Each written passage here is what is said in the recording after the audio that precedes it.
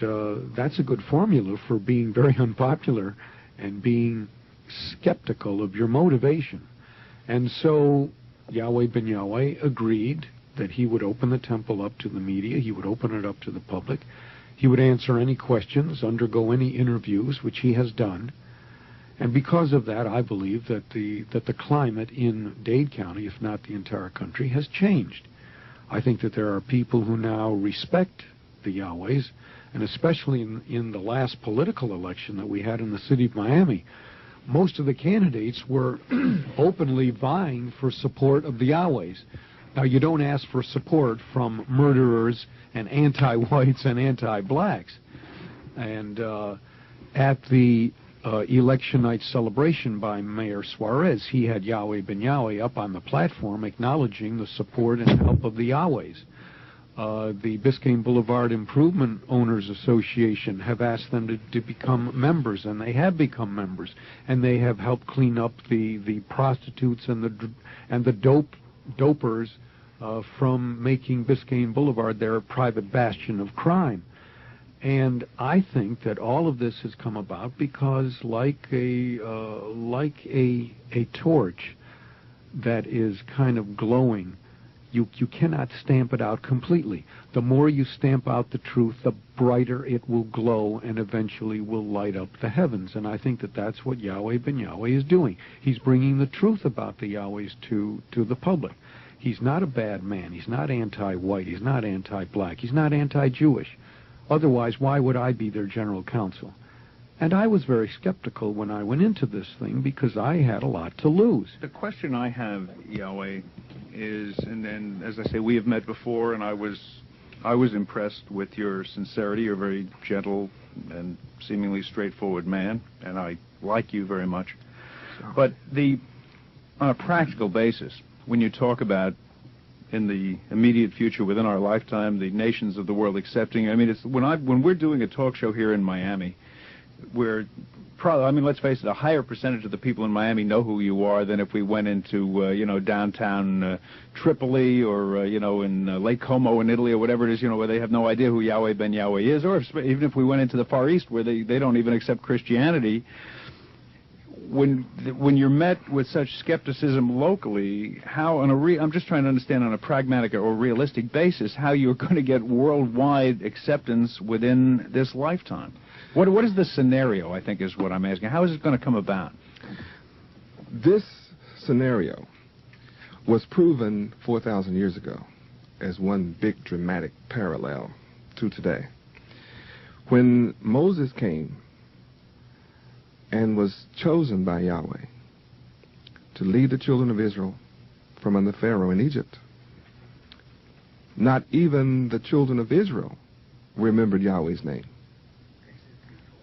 Exodus chapter 3, verse 14 makes it very clear. And he had a big dialogue with Yahweh. Moses had a dialogue with Yahweh.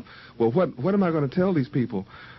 He said, I am that I am. He said, but that's not enough. I need a name. Well, but I can accept that. But again, to stay off the theology and keep it in the pragmatic for the moment, it's an understatement to say the world was a different place in the days of Moses than it is today. There were fewer people, and all the people in the world, even back in Moses' day, didn't accept Yahweh. The Jews accepted him. All right? I mean, he was never universally accepted, as I recall, by the Egyptians and by whatever other few people inhabited the planet at that time.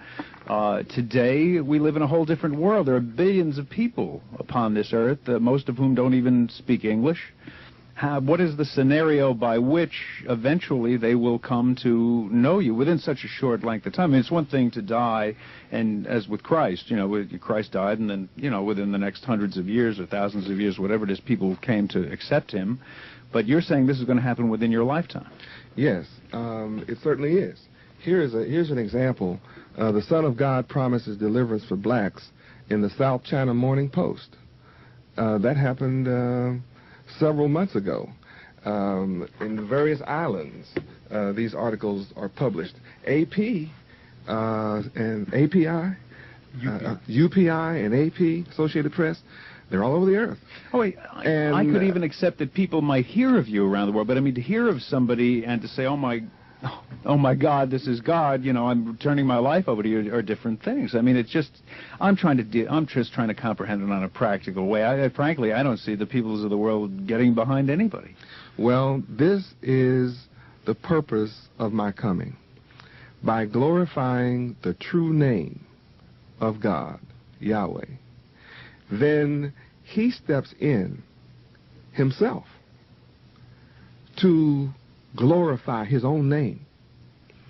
And by him being the creator, the one that created gravity and the stars in the heavens and the sun and the moon and all that we eat and drink, when he steps in with his power, then he's able to actually touch the hearts and the minds of the people of the earth to recognize him.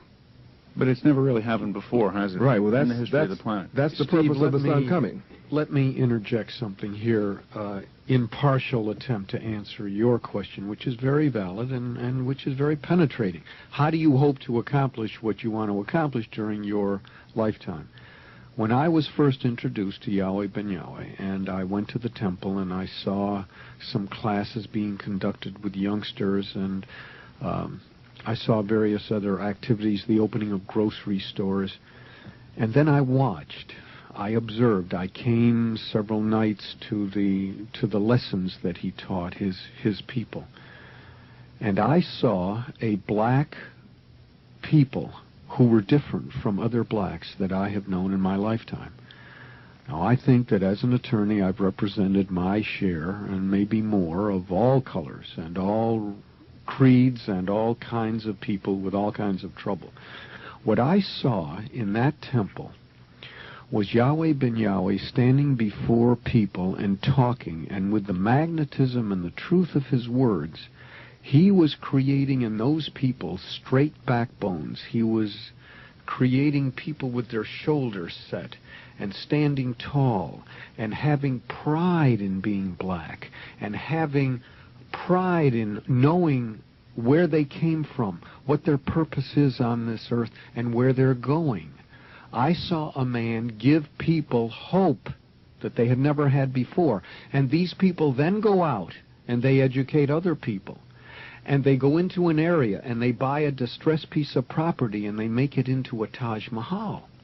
I have seen people with no training and no education and no work suddenly become artisans and mechanics and bricklayers and roofers and teachers and scientists. Well, I don't doubt that. I think you have asked, what is an example? Give me some proof of having performed a miracle. No, that was a caller's question. That wasn't my question. I accept what you're saying. I'm saying, how does that going to translate into having everybody in the world accept Yahweh as God? Because as you put a pebble in the middle of a lake, you have ripples emanating from that.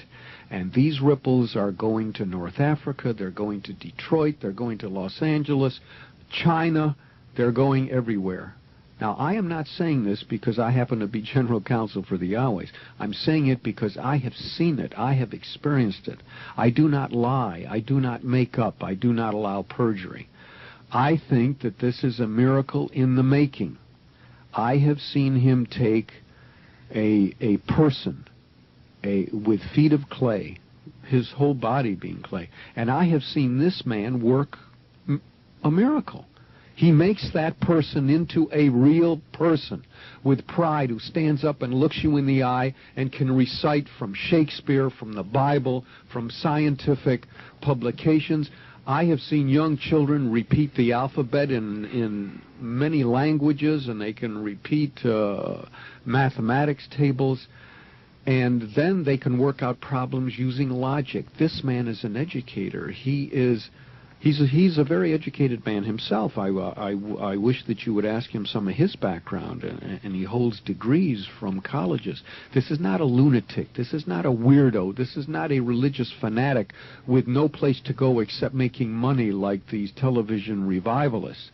This is a man who has dedicated himself, who came to Miami in 1978 without anything, with no followers, and everybody against him, and black on top of that, and goes right into Liberty City and says, this is where I shall start my kingdom.